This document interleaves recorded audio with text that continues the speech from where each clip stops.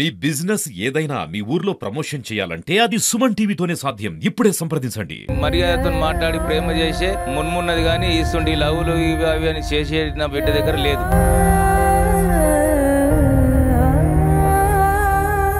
కన్నోని నేను, పెంచినోని నేను, ఎన్ని సంవత్సరాలు పెంచి ఏం చేసి ఎంత చదివించి జాబ్ తెప్పించి ఎన్ని చేసిన కష్టం. వాళ్ళకు వీళ్ళకు ప్రెసలకు అవన్నీ అగాధమైన మాటలు మాట్లాడడం అవి నేరమని నేను అనుకుంటున్నా. వాడు నాకన్నా చిన్నోడు కాదు, ఎందుకు డాడీ అసలు ఏమి లేవు, నా తమ్ముని తిరిగి అని చెప్పి మాట్లాడింది.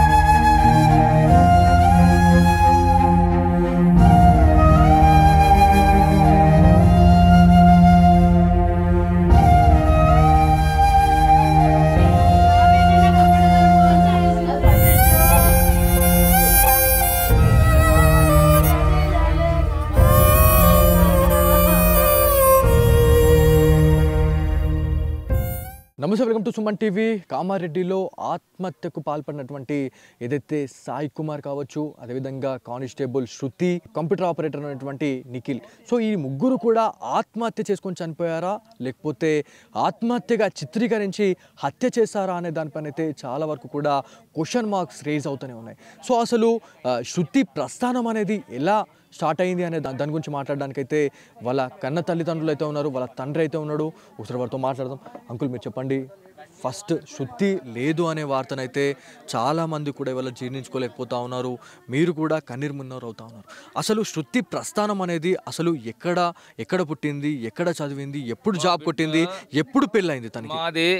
మాది గురిజాల గ్రామం నుంచి గాంధార్ వచ్చిన, గాంధార్లో చదివించిన, అయినాక తర్వాత కామారెడ్డిలో చదివించి చేసి డిగ్రీ చేసి పూర్తి చేసినాక తర్వాత 12 వచ్చింది జాబు. 19 సంవత్సరంలో జాబ్ వచ్చింది. 23లో పెళ్లి చేసినాక తర్వాత కొన్ని ఆ పిల్లగానితో కొన్ని ఇబ్బందులు మా బిడ్డకి ఏర్పడ్డాయి. అవన్నీ ఇట్లా మాట్లాడితే, నువ్వు వద్దు, నేను జాబ్ ఎందుకు ఇటు పెడతా, ఆ ప్రాబ్లం నాకు వద్దు, నువ్వు పోయినా సరే కానీ జాబ్ వద్దా అని చెప్పేసి నా ఇష్టంతో నా బిడ్డని చేయించిన నేను. సో ఫస్ట్ పోస్టింగ్ అనేది ఎక్కడ చేసింది తను, ఎక్కడ డ్యూటీ చేసింది? కామారెడ్డి చేసిన తర్వాత గాంధార్ వచ్చింది. గాంధార్ 4 సంవత్సరాలు చేసింది. అయినాక తర్వాత ఇక్కడ నుంచి బీపేట్ చేస్తున్నది. బీబీపేటలో ఎన్ని సంవత్సరాలుగా ఇప్పుడు విధులు నిర్వర్తిస్తుంది? 3 సంవత్సరాలు అవుతున్నది. ఒక 4 నెలలు అయితే గాంధార్ అన్న లింగంపేట అన్న వస్తా అని చెప్పింది. ట్రాన్స్ఫర్ అనేది ఉంది అని చెప్పేసి మీకు ఇన్ఫర్మేషన్ ఉంది. సో ఒకవేళ ఇదంతా కూడా చూస్తే దాదాపుగా ఇట్లాంటి ఇన్సిడెంట్ అంటే ఇప్పుడు మనకి ఇవన్నీ కూడా అంటే మనకి లవ్ ట్రాక్ అది అని చెప్పి చెప్తా ఉన్నారు. దీని గురించి మీ ఒపీనియన్ ఏంది? అసలు లవ్ ట్రాక్ అది అని ఏమీ లేదు. మా బిడ్డ దగ్గర అగాధమైన ధైర్యము, మంచి తెలివి, వాళ్ళని వస్తే అన్న అని మర్యాదతో మాట్లాడి ప్రేమ చేసే మున్మున్నది కానీ ఇస్తుండి లవ్లు ఇవి అవి అని చేసే నా బిడ్డ దగ్గర లేదు, అస్సలే లేదు. కన్నోని నేను, పెంచినోని నేను, ఎన్ని సంవత్సరాలు పెంచి ఏం చేసి ఎంత చదివించి జాబ్ తెప్పించి ఎన్ని చేసిన కష్టము. వాళ్ళకు వీళ్ళకు ప్రెసలకు అవన్నీ అగాధమైన మాటలు మాట్లాడడం అవి నేరమని నేను అనుకుంటున్నా. మా బిడ్డ దగ్గర అసలు ఏమి కూడా లేవు. సో కానిస్టేబుల్ శృతి, అదేవిధంగా కంప్యూటర్ ఆపరేటర్ అనేటువంటి నిఖిల్, సో వీళ్ళ మధ్య ప్రేమ అనేది ఏర్పడింది అని చెప్పి తెలుస్తూ ఉంది. సో శృతికి ఎంత ఏజ్ ఉంటుంది, నిఖిల్కి ఎంత ఏజ్ ఉండొచ్చు అప్రాక్సిమేట్లీ? శృతికి 28 సంవత్సరాలు ఉన్నది. 28 సంవత్సరాలు ఉన్నది. ఇక నిఖిల్కు 28 అని చెప్పి అన్నారు, కానీ నిఖిల్తో సంబంధం లేదు. అన్నదమ్ములు తిరగనే, అక్క తమ్ముడు అట్లా లెక్క. నేను పోయినా నాకు ఆయన తెలుసు, నాతో మాట్లాడిండు కూడా ఆల్రెడీ. అసలు ఏం లేవు. మా బిడ్డ కూడా నేను అన్న, ఏమన్నా ఉంటే ఏమన్నా చెప్పు బిడ్డ, నేను వచ్చి ఏదైనా చేస్తానే, వాడు నాకన్నా చిన్నోడు కాదు, ఎందుకు డాడీ అసలు ఏమి లేవు, నా తమ్ముని తిరిగి అని చెప్పి మాట్లాడింది, అంతే. సో ఆ రోజు గాంధారి ఎక్స్టోడ్ వరకు వచ్చిన శృతి మళ్ళీ తను బస్ దిగేసి వెళ్ళిందా లేకపోతే ఎక్కడికి వెళ్ళిందా అనేది చాలా వరకు కూడా క్వశ్చన్ మార్క్ అయితే ఉంది.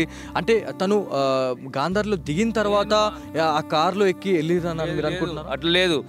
ఎక్స్రోలో దిగింది, బస్సు ఎక్కి ఎక్స్రోలో దిగినాక తర్వాత నేను కాల్ మాట్లాడినా, ఏం బెటమ్మరా, నేను పొద్దున మబ్బున నీకు ఎక్స్రోడ్ పడిన దోలేస్తా, కామారెడ్డి అన్న దోలేస్తా, నీకు డ్యూటీ కింద మీద అవుతా అని చెప్పిన.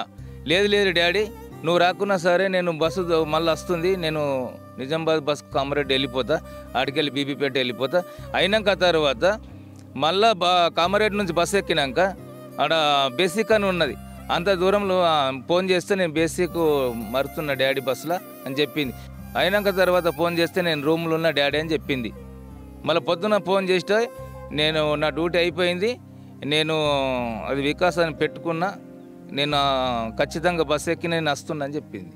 అయినాక తర్వాత మన కొడుకుకు 600 రూపాయలు పంపి, ఇగో నువ్వు మటన్ తీరా కాళ్ళు తీసుకురారా, అండి అమ్మ రెడీ పెడుతుంది, వచ్చినాక అందరం తిందాము, డాడీ నువ్వు నేను అందరం తిందామని చెప్పింది. అది కూడా మంచిగా నక్కుంటేనే చెప్పింది. అటు తర్వాత మళ్ళీ వచ్చినాక తర్వాత ఏమైంది అనేది నాకు తెలియలేదు. అటు తర్వాత ఒక గంట సేపు ఆగి ఫోన్ చేస్తే లిఫ్ట్ చేయలేదు. ఆ ఫోన్ కూడా రాత్రి 8 గంటల దాకా రింగ్ అయింది.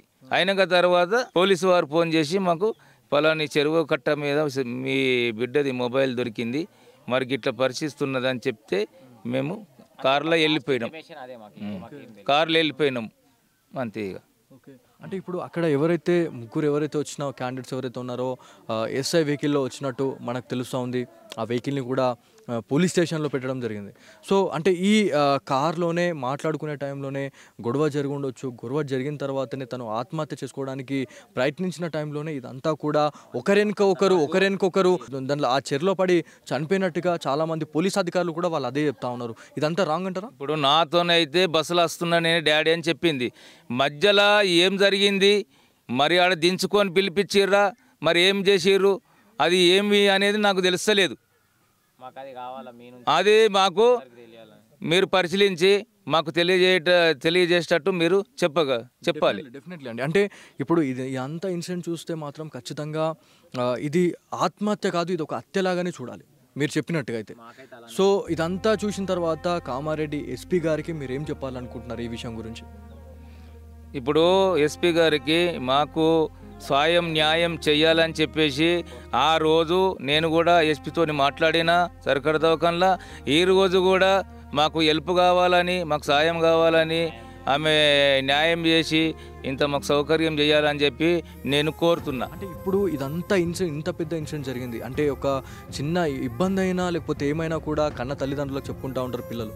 సో మీకు ఎప్పుడైనా శృతి ఇట్లా ఎస్ఐ చాలా వరకు కూడా ఇట్లా వేధిస్తూ ఉన్నాడు, లేకపోతే నిఖిల్ నన్ను ఇట్లా బాధ పెడతా ఉన్నాడు అని చెప్పేసి మీతో ఎప్పుడైనా ఇట్లాంటి మాటలు మాట్లాడడం జరిగింది? ఎస్ఐ మాకు ఇట్లా ఫోన్ చేసి నాకు ఇబ్బందులు పెడుతుండే డాడీ అనేది ఏమి చెప్పలే. నేను ఫోన్ చేస్తే చిన్నవా బిడ్డ, ఏడున్నో బిడ్డ అంటే నేను డ్యూటీలో ఉన్నా, ఏం చేస్తున్నావు బిడ్డ, కేసు రాస్తున్నా, అవే మాటలు మాట్లాడి మరి ఇంత టైం అయింది బిడ్డ ఒకటి అవుతుంది అంటే డాడీ నేను కేసు ఉన్నదే ఇప్పుడు పోతున్నా రూమ్కి పోయి నేను తింటున్నా అని ఇవే మాటలు. మా బాధలు, మా అప్పుల కోసము, మా కష్టం ఏందా అనేది నా బిడ్డకు చెప్తుంటే నాకు ఏదైనా అయితే నా బిడ్డ నాకు సాయం చేస్తుండే. మొత్తము నా బిడ్డకు జాబ్ వచ్చిందంటే నా బాధలు అనేటివి మొత్తం పోయినాయి. నా బిడ్డనే నన్ను కాపాడింది, ఇప్పటిదాకా కూడా నా బిడ్డనే కాపాడింది. ఇంకా డాడీ తమ్మునికి జాబ్ వచ్చేటట్టు చేసుకుందామే, మన మూలకు లొంగి లేదు, చేసేది లేదు, ఇవన్నీ చేసి చెప్పింది. మొన్ననే చెప్పింది, గ్రూప్ 2 రాసింది, నా కొడుకు రాసిండు, అన్నీ చేసినాం. అంత అయినాక తర్వాత ఇంట్లో తీసుకొచ్చి వాడు ఏమైనా చేసి కొట్టి చంపిండు, ఏం చేసిండో తెలుస్తలేదు. దానికి ఎవరిని అడిగినా కూడా లాస్ట్కి అయితే అక్కడికే రావడం జరుగుతూ ఉంది. ఫైనల్గా ఒక న్యాయం అయితే కావాలి అని చెప్పేసి కుటుంబీకులు అయితే కోరుతూ ఉన్నారు. దీనిపైన ఎలాంటి ప్రాపర్ ఇన్వెస్టిగేషన్ అనేది జరుగుతుంది అనే దానిపైన అయితే ఉత్కంఠగా ఎదురు చూస్తూ ఉన్నారు. కాకపోతే పోస్ట్ మార్టం నివేదిక ఆధారంగా మనకి ఎలాంటి నిజాలు బయటపెడతా ఉన్నారు అనే దానిపైన అయితే చాలామంది ఇవాళ వెయిట్ చేస్తూ ఉన్నారు. సో ఇది ఇక్కడ ఉన్న తాజా పరిస్థితి. కెమెరా పర్సన్ కార్తిక్తో బాలు, సుమన్ టీవీ, కామారెడ్డి నుంచి.